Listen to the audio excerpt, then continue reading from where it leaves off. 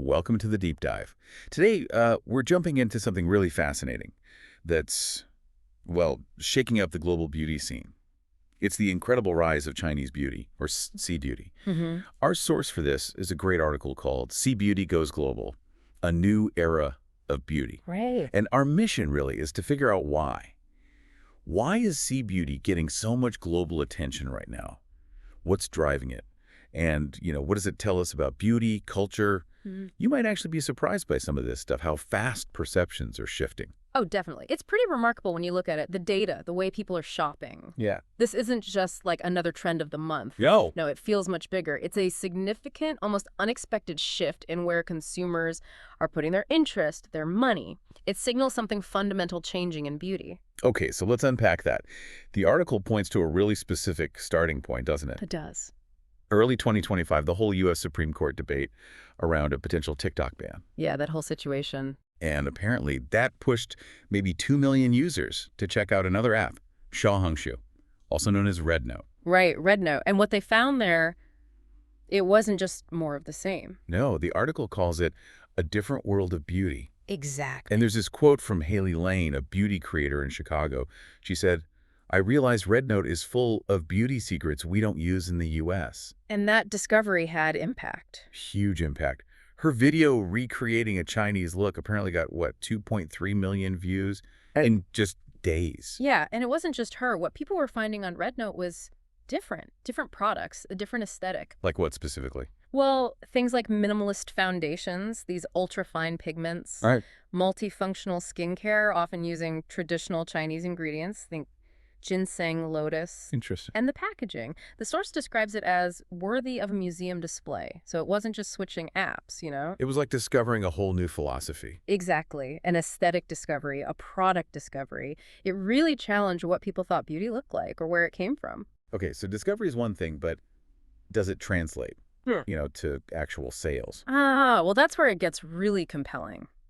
Because yes, it absolutely does. But these Sea Beauty brands, often kind of dismissed before, right? Yeah. As maybe lower quality. Yeah, that perception was definitely out there. Knockoffs, sometimes. But now, Now they're seriously outperforming some big established global names. The article gives solid examples. Judy Doll. Judy Doll, yeah. Uh, Their revenue went from about $232 million in 2023, to $345 million in early 2025. That's a massive leap. and Florasis. Horasis doubled, just straight up doubled its revenue in the same time frame. Wow. And Judy Doll's chief strategy officer, Stefan Huang, he's quoted saying their international sales jumped 400%. 400%, driven mainly by TikTok Shop and Shopee. That's incredible. It really is. And these numbers, they aren't just numbers on a spreadsheet. They point to that cultural shift we were talking about. It directly connects back to that platform pivot, the discovery on RedNote, and this new perceived value consumers are finding. It's proof that the view on made in China, at least in beauty, is changing fundamentally. Okay, so let's dig into the why. The article breaks down the reasons for this boom pretty clearly. What's the first big one? Well, the first one is pretty straightforward, but powerful. Affordable excellence. Affordable excellence. So good stuff, but not expensive. Exactly. High performance textures, quality ingredients, often for under $20. That combination is described as unbeatable, especially, for Gen Z consumers. Makes sense. Value is always key. What's next? Reason two is next-gen formulations. This is about real innovation. So not just cheap copies. Not at all. We're talking ginseng-infused lip oils, lotus-based highlighters. They're developing foundation cushions that people say genuinely compete with luxury brands. Really? Yeah, but often with lighter textures, ingredients described as more thoughtful. It's advanced R&D, a different approach. Yeah, affordability, innovation. What? Nowhere else. Then there's cultural soft power, and this is really interesting. How so? Sea Beauty isn't just trying to be like Western brands. It's deliberately leaning into its own Chinese heritage. Okay, like the Florasis example. Exactly. Printing Tang Dynasty poems on packaging. Putting blushes in these collectible cases shaped like traditional jade medallions. Wow. It turns beauty into, well, the article says an art form. It's not just makeup, it's a cultural statement, almost a collectible. I can see the appeal. That's very different. Very.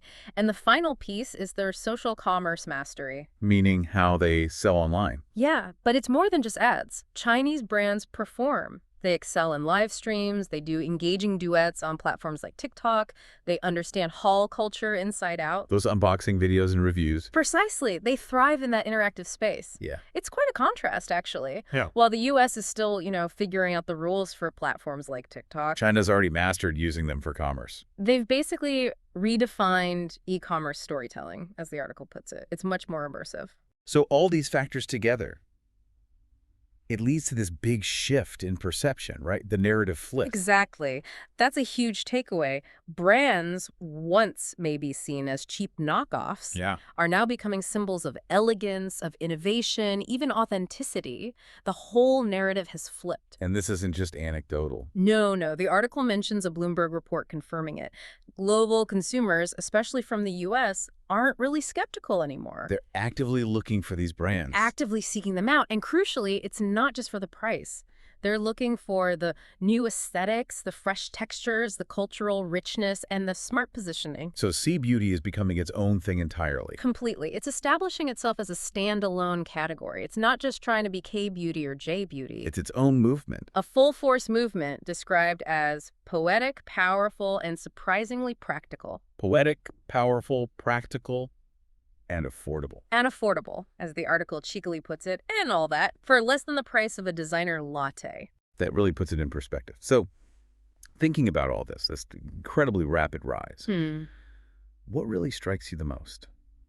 Does it change how you think about the beauty market or maybe even cultural influence more broadly? What stands out is how quickly and decisively this shift happened. And it makes you wonder if beauty trends can pivot like this, embracing distinct cultural heritage instead of just global homogenization. Yeah. What does that mean for other creative industries, for the whole consumer landscape worldwide? Could we see similar cultural power shifts in fashion, in media, elsewhere? That's a really interesting thought. It suggests maybe global influence isn't just flowing one way anymore. We might be seeing a real decentralization of creative power, starting perhaps right there with lipstick and foundation.